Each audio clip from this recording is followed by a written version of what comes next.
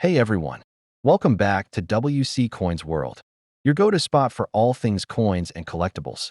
If you're new here, don't forget to hit that subscribe button so you never miss a video.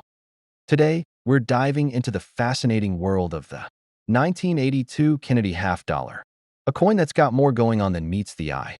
From minting changes to varieties and value. You'll want to stick around for this one. Let's get into it.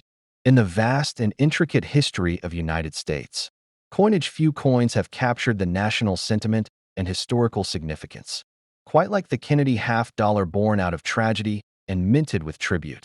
The coin has held a place in the hearts of Americans since its debut in 1964.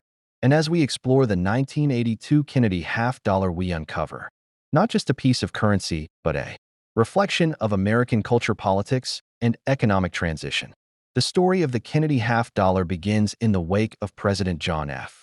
Kennedy's assassination in November 1963, with the nation in mourning and a desire to honor the fallen leader. Congress quickly approved a new half-dollar coin to bear his image. The coin was fast-tracked, and by March of 1964, the first Kennedy half-dollars were released into circulation, minted in 90% silver. The coin immediately became a keepsake rather than a common currency. Throughout the following years, the Kennedy half-dollar underwent multiple transformations as silver content was reduced due to rising silver prices. By 1971, the coins were made with a copper-nickel clad composition similar to quarters and dimes, but still retained the iconic image of President Kennedy on the obverse, designed by Gilroy Roberts, and the reverse depicting the presidential seal by Frank Gasparro. By the time 1982 arrived, the Kennedy half-dollar had already seen nearly 2 decades of evolution, both in its composition and its role in circulation. With inflation and lack of public use, the coin was increasingly absent from everyday transactions, yet it continued to be produced by the U.S. Mint for collectors and institutional demand. 1982 marked a pivotal year in the mintage of the Kennedy half-dollar, not just because of design consistency or quantity, but due to an abrupt halt in the issuance of uncirculated mint sets. The U.S. Mint did not produce official mint sets in 1982 and 1983, which significantly affected the availability and condition of those years' coins, making them a focus for modern collectors. This disruption created a unique situation where high-grade, uncirculated examples of 1982 Kennedy half-dollars are more difficult to find than many other years, since people had to pull them from circulation where they were subject to wear and damage rather than acquiring them directly from the mint in pristine condition.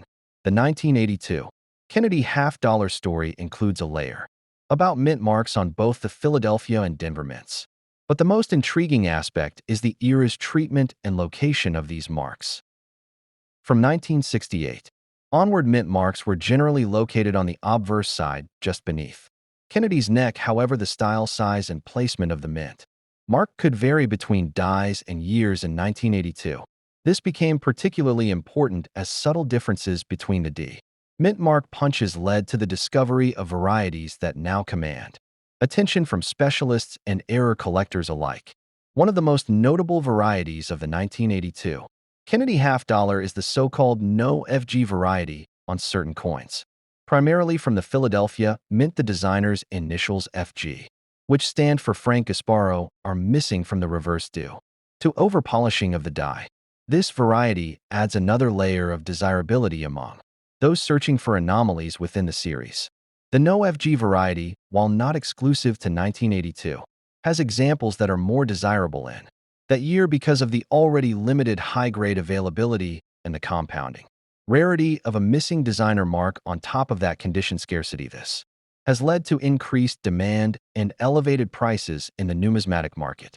Collectors who specialize in Kennedy half-dollars often look for 1982 examples, not only for the no FG variety, but also for die errors such as double die obverse or reverse repunched mint marks and other die state diagnostics that emerged during this transitional and turbulent production year. The mintage numbers for the 1982 Kennedy half-dollar reflect its unique status. Over 10 million were struck at the Philadelphia Mint and over 13 million at the Denver Mint. But despite these seemingly high numbers, The scarcity of gem uncirculated specimens elevates their collectible value in comparison to years with readily available mint set versions. Furthermore, proof coins were still being produced in 1982 at the San Francisco Mint, and those coins continued to carry the S Mint mark struck with special dies and planchets and intended for collectors. These proofs did not face the same availability issues as circulation strikes, but remain important components of a complete collection. The 1982 S-proof Kennedy half dollar was struck in a mirror-like finish and packaged as part of the annual proof set, which was unaffected by the cancellation of uncirculated mint sets and thus is far more commonly available in high grade than its circulation strike counterparts.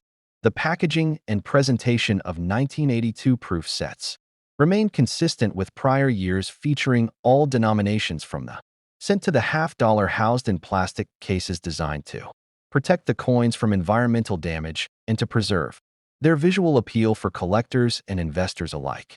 The production of the 1982 Kennedy half dollar also intersected with broader economic concerns of the early 1980s, including inflation, coinage policy, and declining public use of half dollars in commerce. By that time, the coin was seldom encountered in pocket change and was primarily seen in bankrolls or casino use. This lack of circulation made the half dollar more of a collector item than a circulating denomination, and mintage decisions were increasingly driven by projected demand from collectors rather than from any actual transactional utility of the coin in the broader economy. Because of these changing dynamics, the 1982 Kennedy half dollar serves as a fascinating case study in how U.S. coinage evolves in response to social, economic, and institutional pressures, and how collectors adapt to gaps and anomalies in production to drive interest and long-term value. A critical element in evaluating 1982 Kennedy half dollars is the condition and grading, with coins in mint state 65 or higher becoming quite valuable, especially when found with full luster, clean fields, and minimal contact marks, which are harder to come by given the circulation-only availability. Grading companies such as PCGS and NGC have certified thousands of 1982 Kennedy half dollars, but the population of coins in top condition remains relatively small compared to other modern coins due to the absence of mint sets, which typically preserved coins in better than average quality. As a result, the registry set competition for Kennedy half dollars often places premium emphasis on 1982 issues because they are true condition rarities, particularly when attempting to assemble a top population collection that spans all years and mints. Another fascinating detail of 1982 is the technological transition underway at the U.S. Mint, with continued experimentation in die steel coin press adjustments and planchet quality, which all had subtle impacts on strike sharpness, die longevity, and the emergence of certain die varieties. At the same time, coin collecting was undergoing a generational shift, with baby boomers and newer collectors entering the hobby and placing renewed emphasis on modern issues, which were once ignored but now viewed as accessible entry points for historical and collectible significance.